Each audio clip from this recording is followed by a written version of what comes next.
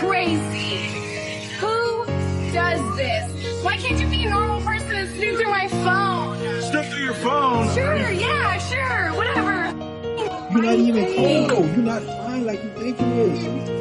You're really not fine. Cool. I'm dirty. I don't want to be with you. You boys streets now. You can't give me what I need. You're too good for me, you know what I mean? And then, I couldn't keep up with your lifestyle, so I got, another job just to keep up with you. You never talk to me. I've been talking to you for 4 years. So I'm honest with you and you put me down and put me down and put me down and get all extra aggressive, then why the f*** would I tell you the truth?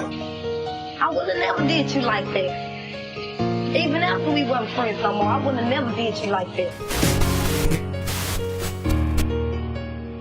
Most women and male feminists communicate in sign language, which is an acronym comprising of the following toxic traits, which is shame, insults, guilt, and a need to be right against their opponent when they themselves can't present a cogent argument based in facts, statistics, or logic. This debating tactic is called sign language. Here we will define, discuss, and give an example of each word that makes up the acronym. Shame. Shame, which is defined as a person, action, or situation that makes someone feel ashamed. Shame can cause someone to feel inadequate, and often leave them with a painful sense of humiliation or distress caused by another person's abusive words. For example, who hurt you? Insult. Insult is defined as a disrespectful or scornfully abusive remark or action. Criticizing someone is an easy target, especially if they know how to hurt that person, and often attack the person where they can feel most vulnerable, whether it's bashing someone's appearance, accomplishment, nurturing skills, self-worth, or financial worth, just to name a few. For example, you'll hear things like, "You're just bitter," or, "You don't make enough money to be with me." Guilt. The definition of guilt is to make someone feel guilty, especially in order to induce them to do something. Making someone feel like they are not doing what they are hardwired to do is a highly effective, while toxic and damaging attack that is often used. For example, "You obviously hate all women including your mother," or, "You obviously hate all men including your dad." The need to be right. Most people have a need to be right. Whatever they say, they want it to be true and for other people to accept it as being true. At the very least, they want to avoid appearing wrong. You will often hear someone refer back to a real or perceived slight that took place many years before and may or even may not be related to the altercation at hand. For example, "You don't know what you're talking about because you're just a simple man," or, "You're not grasping what I'm trying to tell you because you are not listening to me." Now here's some real live examples of it. So what else you do outside this little job?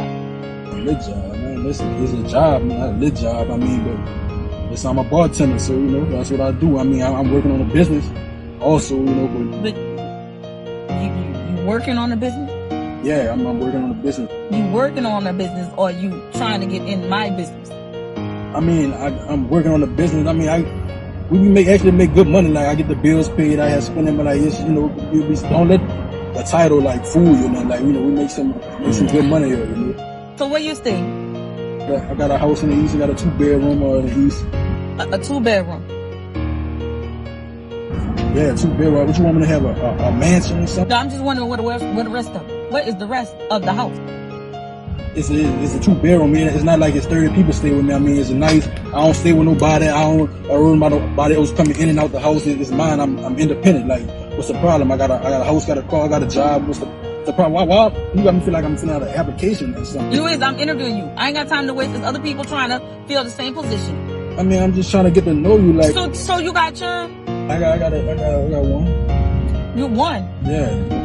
A whole child? What you mean a whole one? Whatever. Oh, I don't. That's one too many. That's one way too many. You don't do men with kids or something? Absolutely not. Oh, so you don't have kids? I see that. Oh no, I got 5. You got 5 kids?